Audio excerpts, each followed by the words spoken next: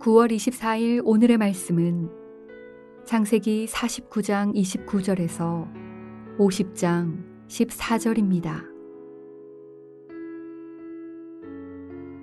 그가 그들에게 명하여 이르되 내가 내 조상들에게로 돌아가리니 나를 햇사람 에브론의 밭에 있는 굴에 우리 선조와 함께 장사하라. 이 굴은 가나안 땅 마므레 앞 막벨라 밭에 있는 것이라. 아브라함이 햇사람 에브론에게서 밭과 함께 사서 그의 매장지를 삼았으므로 아브라함과 그의 아내 사라가 거기 장사되었고 이삭과 그의 아내 리브가도 거기 장사되었으며 나도 레아를 그곳에 장사하였노라. 이 밭과 거기 있는 굴은 헷 사람에게서 산 것이니라. 야곱이 아들에게 명하기를 마치고 그 발을 침상에 모으고 숨을 거두니 그의 백성에게로 돌아갔더라. 요셉이 그의 아버지 얼굴에 굽으려 울며 입맞추고 그 수종드는 의원에게 명하여 아버지의 몸을 향으로 처리하게 하매 의원이 이스라엘에게 그대로 하되 40일이 걸렸으니 향으로 처리하는 데는 이 날수가 걸림이며 애굽 사람들은 70일 동안 그를 위하여 곡하였더라. 곡하는 기한이 지남에 요셉이 바로의 궁에 말하여 이르되 내가 너희에게 은혜를 입었으면 원하건대 바로의 귀에 아뢰기를 우리 아버지가 나로 맹세하게 하여 이르되 내가 죽거든 가나안 땅에 내가 파놓은 묘실에 나를 장사하라 하였나니 나로 올라가서 아버지를 장사하게 하소서. 내가 다시 오리이다 하라 하였더니 바로가 이르되 그가 내게 시킨 맹세대로 올라가서 내 아버지를 장사하라. 요셉이 자기 아버지를 장사하러 올라가니 바로의 모든 신하와 바로 궁의 원로들과 애굽 땅의 모든 원로와 요셉의 온 집과 그의 형제들과 그의 아버지의 집이 그와 함께 올라가고 그들의 어린 아이들과 양떼와 소떼만 고센 땅에 남겼으며 병거와 기병이 요셉을 따라 올라가니 그 때가 심히 컸더라. 그들이 요단강 건너편 아닷 타작마당에 이르러 거기서 크게 울고 애통하며 요셉이 아버지를 위하여 7일 동안 애곡하였더니 그 땅 거민 가나안 백성들이 아닷 마당의 애통을 보고 이르되 이는 애굽 사람의 큰 애통이라 하였으므로 그 땅 이름을 아벨 미스라임이라 하였으니 곧 요단강 건너편이더라.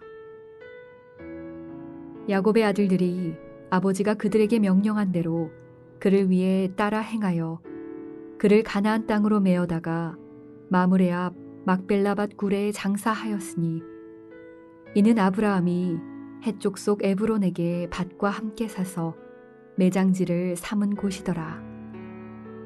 요셉이 아버지를 장사한 후에 자기 형제와 호상꾼과 함께 애굽으로 돌아왔더라. 죽음이라는 것은 그것을 지켜보는 이로 하여금 많은 생각과 감정에 사로잡히게 합니다. 오늘 우리는 믿음의 조상 중 한 명인 야곱의 죽음을 함께 지켜보았습니다. 아브라함, 이삭, 야곱을 믿음의 조상으로 말할 때 그중 가장 파란만장한 인생을 산 사람이라고 한다면 당연히 야곱일 것입니다. 야곱의 인생을 한마디로 정리하라고 한다면 저는 치열함이라고 말합니다. 그는 태어날 때부터 치열함 속에서 태어났습니다. 그리고 형님과 그 장자권을 둘러싼 그 치열함은 그 누구도 겪어보지 못한 그러한 상황이었습니다. 그리고 결혼도 마찬가지죠. 서로 속고 속이는 그 치열함이 있었고 그 외삼촌 집에서 사는 그 동안에도 치열함 속에서 그는 살아갔습니다. 외국에서의 생활도 치열했듯이 또한 그의 자식들도 아주 치열하게 살아가야만 했습니다. 가지 많은 나무에 바람 잘 날 없다고 했던 것이 요셉의 그 인생 아니겠습니까? 어쩌면 이 야곱의 치열한 그 삶, 그리고 그의 성격을 요셉이 가장 많이 닮은 것은 아닐까. 그렇기 때문에 야곱이 특별히 요셉을 좋아했던 것은 아닐까. 이렇게 한번 추측도 해 봅니다. 왜냐하면 오늘 야곱은 그의 생각과 주관이 아직도 죽기 전까지도 뚜렷하다는 것을 또 한 번 오늘 본문을 통해서 알 수 있는데요. 그 창세기 49장 31절 말씀입니다. 아브라함과 그의 아내 사라가 거기 장사되었고 이삭과 그의 아내 리브가도 거기 장사되었으며 나도 레아를 그곳에 장사하였노라. 이렇게 말하는데요. 여기 보면 아브라함과 그의 아내 사라라고 했고요. 이삭과 그의 아내 리브가라고 했고, 그리고 나도 나의 아내 레아라고 해야 이게 맞거든요.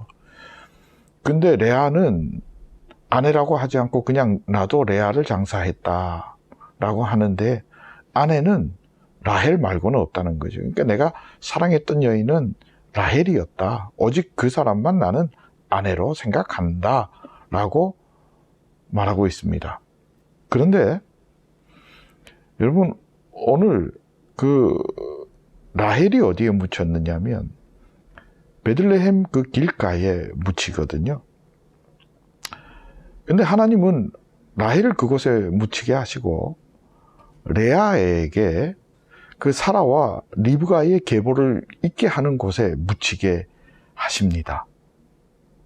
그리고 이 레아를 통해서 다윗도 세우시고 메시아도 세워 가시는 것을 볼 수 있습니다.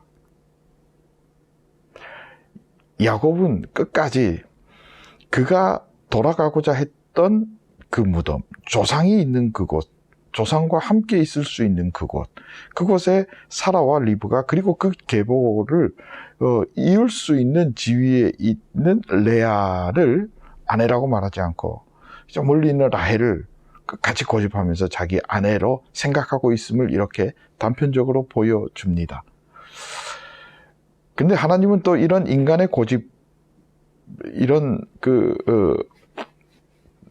뚝심, 어떤 표현이든 괜찮습니다만은 이것을 또 끝까지 이기시면서 하나님의 그 뜻대로 이렇게 일을 이루어 가시는 것을 볼 수가 있습니다. 하나님은 결국 이길 수 없구나 하는 것을 다시 한 번 더 깨닫게 되는데요. 이런 하나님과 야곱의 이런 모습들을 내 삶이 아니라 이렇게 한 발 떨어져서 오늘 관중석에 앉아 있는 사람으로 바라다보고 마치 TV의 드라마처럼 바라보고 있을 때 참 재밌다 하는 생각도 듭니다. 그런데 그렇게 하면서도 이러한 모습을 보여준 야곱이 감사하기까지 한 것은 내 모습 속에서도 이런 야곱과 같은 고집이 있기 때문입니다. 이렇게 야곱이 끝까지 자기 고집, 자기 주관, 자기 뚝심을 가지고 이렇게 살아가도요, 죽음 직전까지 그렇게 해도요, 하나님은 그 야곱을 버리지 아니하시고 그를 오히려 믿음의 조상으로 세우시고 아브라함과 이삭의 그 계보를 잇게 하시고 그리고 이스라엘로 세우셔서 그를 인도하셨다는 사실입니다. 그것이 참 감사한 거죠. 그러면서 내가 이렇게 관중석에 앉아서 지금 이러한 상황들을 바라보고 있지만 내 삶 속에서도 하나님께서 이렇게 내 고집과 내 뚝심과 내 마음이 불쑥불쑥 튀어나와도 포기하지 않으시고 나를 붙들고 계시겠구나 하는 것은 성경의 약속대로 예수 그리스도로 인하여 내가 아브라함의 후손 되었기 때문입니다. 그래서 오늘 나는 이 야곱의 믿음의 후손으로서 단순히 이 고집 가운데서 그것을 탓하지 아니하시고 끝까지 이끌고 나가시는 하나님을 기대하는 가운데 야곱이 놓치지 않았던 것도 내가 한 가지 붙들고자 하는 것은 그가 하나님을 끝까지 붙들고 있었다는 사실입니다. 하나님의 약속인 가나안을 절대로 포기하지 않는 것을 오늘 야곱이 보여주고 있습니다. 이것은 단순히 땅에 대한 문제가 아니었습니다. 하나님을 포기하지 않았기에 하나님의 약속을 포기하지 않았고 그 약속이 가나안으로 상징되어지는 것이지요. 애굽이 훨씬 살기 좋고 풍요롭고 풍족해도 그는 결국에는 하나님을 붙들고 돌아가야 한다는 것에 사로잡혀 있었기 때문에 그런 그를 아시고 하나님은 일찌감치 그를 안심시켜 주셨습니다. 야곱아, 너는 애굽에서 죽음을 맞이하게 될 것이니 내려가라. 내가 너와 함께 함이라. 편히 지내라. 내가 너와 함께 함이라. 그렇게 말이죠. 야곱은 그 무엇보다 하나님이 함께 하셔야 한다는 것, 하나님의 은혜가 있어야 한다는 것을 잊지 않았습니다. 하나님의 은혜가 없이는 하나님이 함께하지 아니하시면 그 어떤 풍요로움과 풍족함도 의미가 없음을 야곱은 절대로 놓치지 않고 붙들고 있었습니다. 그런 그를 하나님은 위로하셨고 함께 하시며 붙잡아 주셨습니다. 그렇기에 그의 한 번씩 드러나는 고집도 불뚝성질도 하나님은 다 품어 안아 주셨습니다. 주님께서 말씀하십니다. 너희는 먼저 그의 나라와 그의 의를 구하라. 무슨 의미입니까? 제가 지난 주일 설교 시간에도 언급하였듯이 세상과 타협하지 말라는 말입니다. 믿음 지키고 은혜가 아니면 오늘을 살아갈 수 없다는 것을 고백하라는 말이지요. 그러면 이 모든 것을 더하여 주시리라. 너의 고집조차도 내가 이해하고 안아주리라 말씀하시는 하나님의 은혜입니다. 그러니 야곱의 마지막 길도 하나님은 아름답게 하해 주십니다. 남자 화장실에 이런 문구가 있습니다. 아름다운 사람은 머문 자리도 아름답습니다. 오늘 하루 살아가는 중에 내가 불뚝성질을 가지고 또 실수할 수도 있을 것이고 나도 모르게 내가 고집 피우면서 하나님의 음성을 잠깐 듣지 못할 때도 있을 겁니다. 그러나 여러분 꼭 기억하십시다. 하나님은 반드시 그분의 뜻대로 이 땅을 이끌어 가시고 역사를 운행해 나가실 겁니다. 두 번째는 내 중심이 주를 바라보는 일에 흐트러지지 않으면 오늘 하나님의 은혜가 아니면 살아갈 수 없습니다라고 고백하는 그 하루를 만들면 하나님께서는 내 고집, 내 허물이 있음에도 불구하고 내게 모든 것을 더해 주시고 수고했다 말씀하시고 잘했다 칭찬하시면서 그 머문 자리도 아름답게 변화시켜 주실 줄로 믿습니다. 오늘 야곱의 죽음을 보면서 우리의 삶을 다시 한 번 더 되돌아봅니다. 하나님 앞에서 아름다운 시간이 될 수 있기를, 그분의 은혜가 아니면 살아갈 수 없음을 고백하는 귀한 성빈의 권속될 수 있기를 진심으로 소망하고 축복합니다. 기도하겠습니다. 하나님 감사합니다.